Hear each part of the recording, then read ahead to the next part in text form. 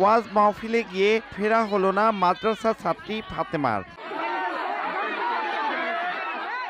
মঙ্গলবার সন্ধ্যায় মুন্সিগঞ্জের সিরাজদিখানে বাড়ির পাশের ওয়াজ মাহফিলে খালার সঙ্গে যায় ফাতেমা আক্তার। এ সময় তার বড় ভাই 9 বছরের ইসমাইলের কাছে ফাতেমাকে রেখে চলে আসেন খালা। ইসমাইল তার কাজে ব্যস্ত হয়ে পড়লে হঠাৎ রাস্তার পাশে গিয়ে নিখোঁজ হয় ফাতেমা। খোঁজাখুঁজির এক পর্যায়ে স্থানীয়রা আইসক্রিম বিক্রেতা সাব্বির খানকে সন্দেহভাজন হিসেবে আটক করে পুলিশে দেয়। পরদিন বুধবার ফাতেমার মা বিলকিস বেগম বাদী হয়ে সাব্বিরকে প্রধান অভিযুক্ত করে সিরাজদিখান থানায় অপহরণ মামলা করেন। সাব্বিরকে আদালতে তোলা হলে 2 দিনের রিমান্ড মঞ্জুর করেন বিচারক।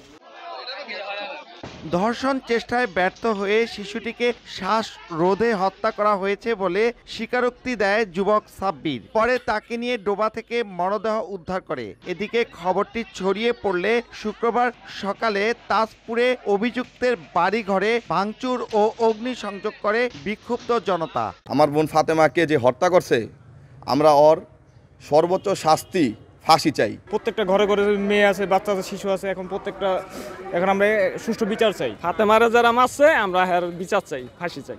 তদন্ত করে ব্যবস্থা নেওয়ার আশ্বাস পুলিশের। আসামি স্বীকারোক্তি মূলে গতকাল রাত্রে আমরা ভিকটিমকে পূর্ব রসিনিয়া গ্রামের পুকুর থেকে পানার নিচ থেকে উদ্ধার করি। ভিকটিমকে ময়নাতদন্তের জন্য মেডিকেল হাসপাতালে পাঠানো হয়েছে।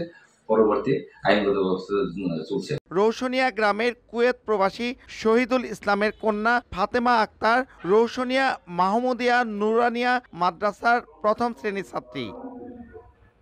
নাসির উদ্দিন উজ্জ্বল, সময় সংবাদ, মুন্সিগঞ্জ।